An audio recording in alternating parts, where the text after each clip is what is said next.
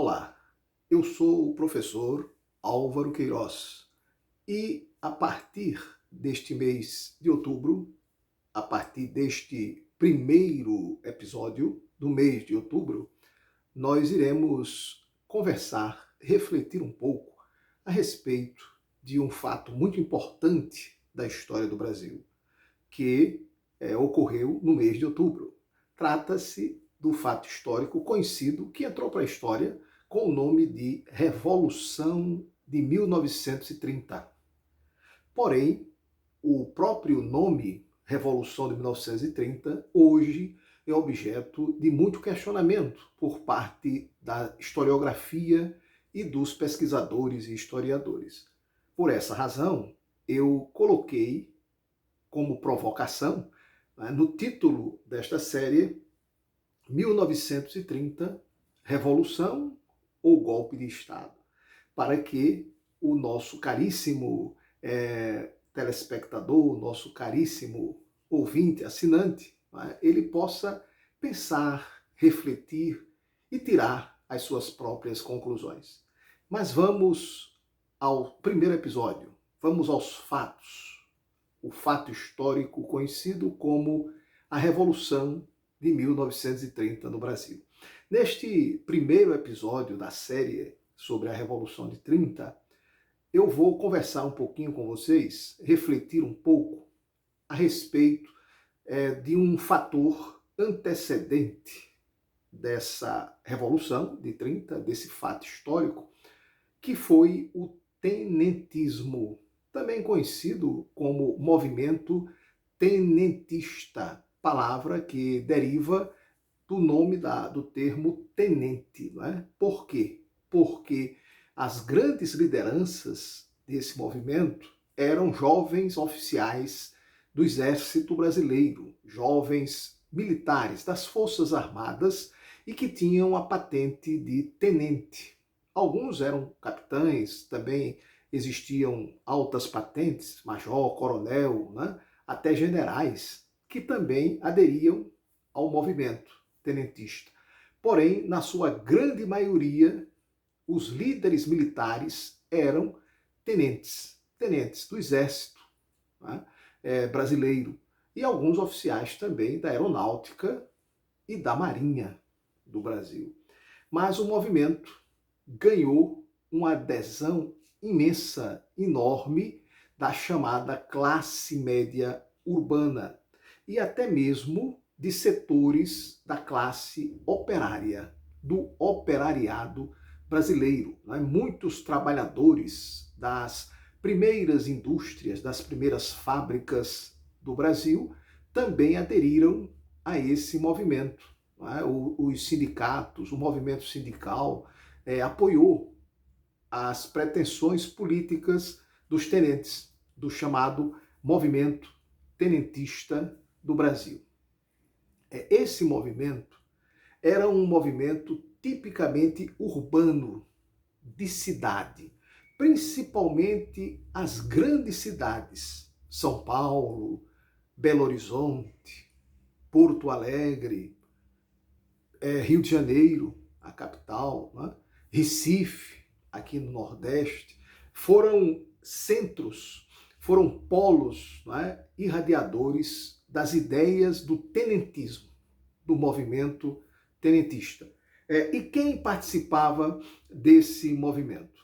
Né? Além dos oficiais militares, os tenentes, os generais, os coronéis, os capitães, etc., também participavam deste movimento setores da classe média urbana, empresários, grandes, médios e pequenos empresários, empresários da indústria que estava começando a se desenvolver nos principais centros urbanos do Brasil, né? Os industriais, os empresários do grande comércio, comércio nacional, internacional, exportação, importação, e a classe operária, o operariado, também apoiava o programa do movimento tenentista.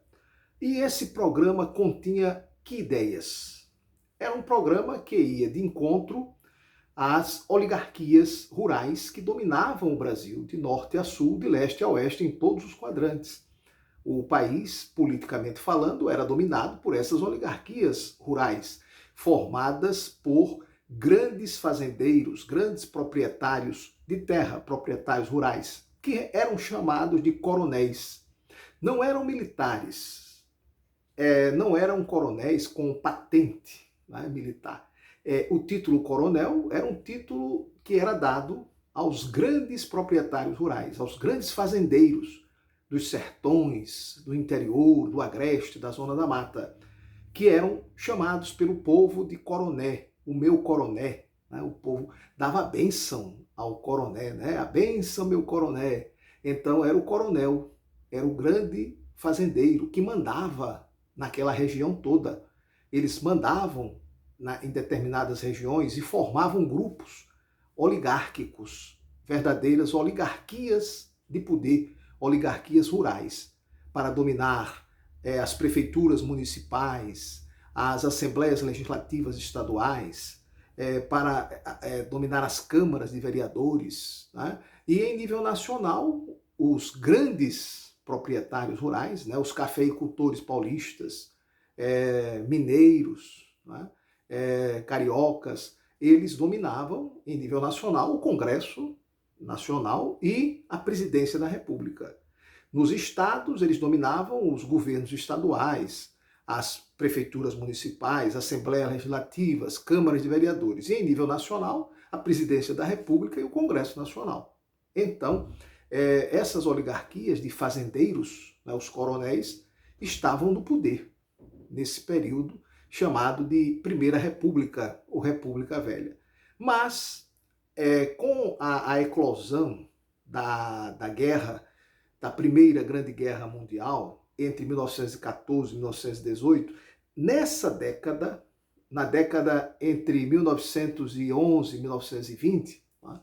Nessa década, o Brasil sofreu algumas transformações na sua infraestrutura, ou seja, nas suas condições materiais, socioeconômicas. Assim, por exemplo, o Brasil teve que adotar uma política de substituição das importações, porque o mundo estava em guerra e o Brasil, que importava praticamente tudo, era um país eminentemente agropecuário, agrícola, economia primária, agropecuária, teve que começar a se industrializar, a investir na industrialização para substituir as importações dos produtos industrializados. Começaram a surgir nos grandes centros como São Paulo, né, parques industriais, fábricas, indústrias.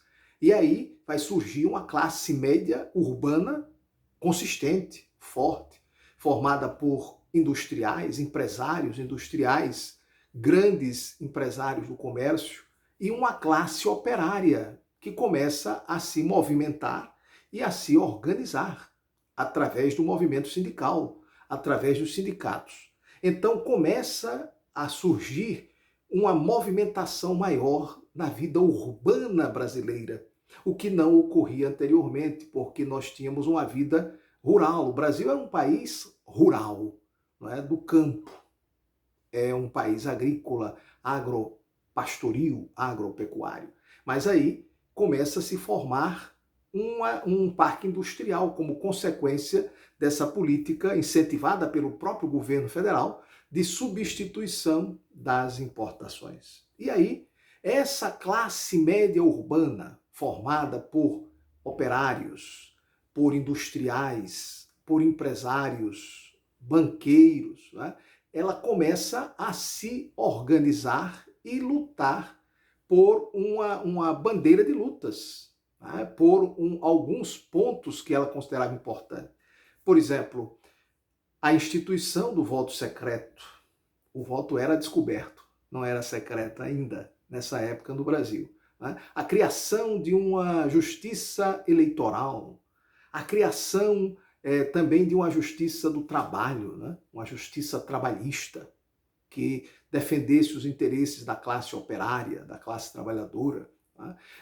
O direito de voto extensivo às mulheres, né? O voto feminino, que também não existia ainda no Brasil. Então era uma série de reivindicações dessa classe média urbana, a chamada burguesia urbana que se formava no burburinho das cidades, das grandes cidades que começavam a mudar a fisionomia da infraestrutura socioeconômica do Brasil, com um processo inicial de industrialização para substituir as importações, principalmente por causa da Grande Guerra, a Primeira Grande Guerra.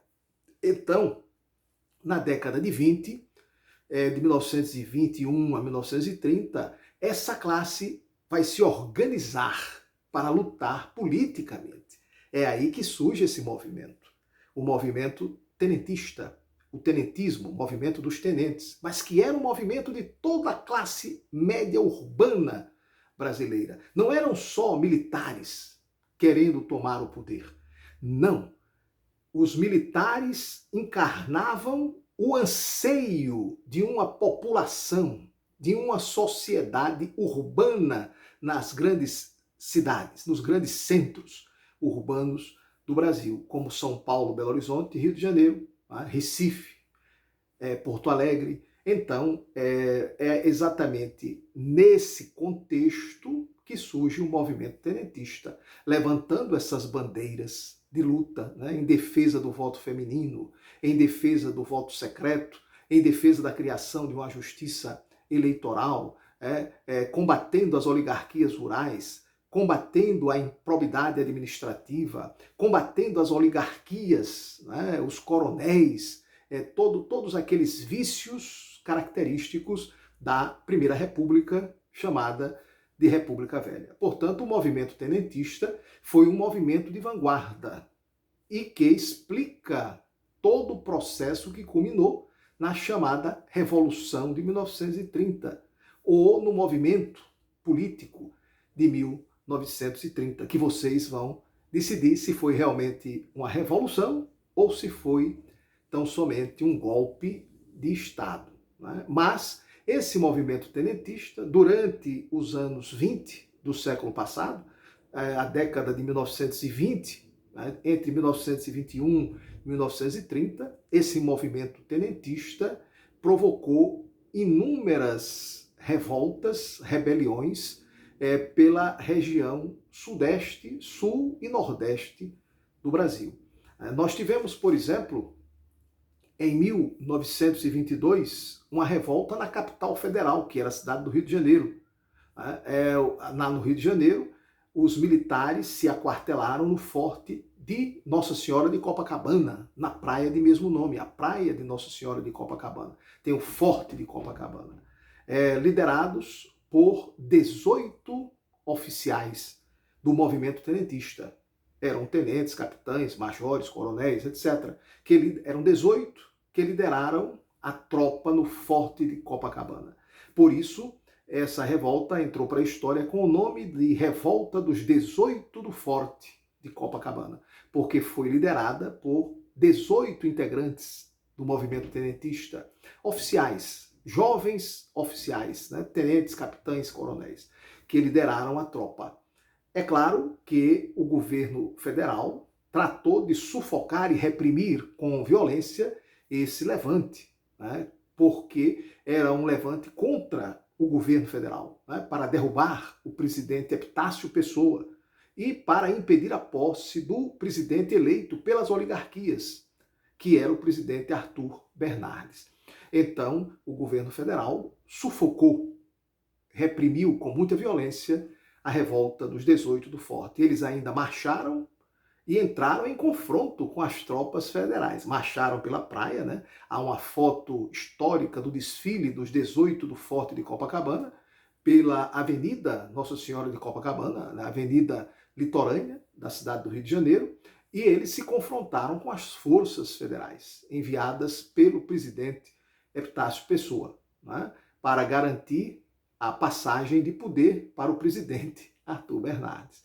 Então, o movimento, a tropa do Forte Copacabana foi vencida, foi derrotada, é claro, pela superioridade numérica quantitativa da força Federal enviada para reprimir o levante. Mas alguns sobreviveram, né? Inclusive dos 18 tenentes, ainda sobreviveram 2, né? O tenente Siqueira Campos e o tenente Eduardo Gomes, que virou uma figura icônica na história do Brasil contemporâneo, do Brasil República, principalmente no período de Getúlio Vargas e posteriormente ao período Vargas, né, que se tornou um brigadeiro, um general de brigada, chamado Eduardo Gomes. Foi um dos principais ícones, líderes do movimento tenentista nessa revolta dos 18 do Forte de Copacabana, que conseguiu sobreviver à repressão.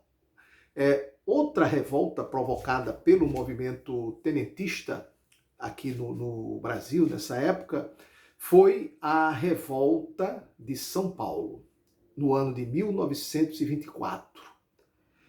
A Força Federal Paulista, sob o comando do general Isidoro Dias Lopes e do tenente Juarez Távora, se levanta, se rebela contra o presidente Arthur Bernardes, né? Contra a República Oligárquica, poder das oligarquias. Mais uma vez, o governo federal reprime com violência o levante, mas o general Isidoro conseguiu organizar uma coluna militar com diversos comandados dele, e essa coluna conseguiu escapar, desceu, né, de São Paulo para o sul do Brasil, mais precisamente para o estado do Rio Grande do Sul, onde se uniu a uma outra coluna militar, comandada por um líder também do movimento tenentista, na época, o capitão Luiz Carlos Prestes. Por causa dele, essa coluna militar, com milhares de soldados e líderes do movimento tenentista, ganhou o nome de Coluna Prestes. Uma coluna militar que percorreu o Brasil, o interior, os sertões do Brasil, pregando a rebeldia, a revolução. Né? Era um movimento, uma coluna quase messiânica, né? O comando messiânico do capitão Prestes, Luiz Carlos Prestes, que nessa época era um integrante do movimento tenentista, um oficial, né? Capitão do Exército Brasileiro, e que posteriormente deixou, né, o Exército e passou a integrar o Partido Comunista do Brasil. Foi um dos fundadores, né, do comunismo no Brasil. Então, o capitão Luiz Carlos Prestes deu nome a essa coluna militar que percorreu o Brasil, pregando a revolução, a revolta armada para derrubar as estruturas oligárquicas da República Velha, da Primeira República, né? Essas estruturas do coronelismo, né? Do voto de cabresto, né? Eram os principais alvos dessa coluna comandada pelo capitão Prestes. Né? A coluna acabou se dispersando na Bolívia, saiu do país e se dispersou na Bolívia, mas foi um movimento assim de grande repercussão, né, nacional, a coluna Prestes. Então, todos esses movimentos são movimentos provocados pelo tenentismo, né? São ligados ao movimento tenentista, esse movimento de classe média urbana e que teve a liderança também de jovens oficiais das Forças Armadas Brasileiras, sobretudo do nosso Exército. Então, tanto a revolta do Forte de Copacabana, quanto a revolta de 1924 em São Paulo, quanto a coluna Prestes, são 3 movimentos políticos, rebeldes, revolucionários, né, ligados ao movimento tenentista. Então, de certa forma, nós podemos dizer que este movimento preparou politicamente, socialmente, né, e politicamente o terreno para a deflagração do movimento civil-militar de 1930, conhecido como a Revolução de 30.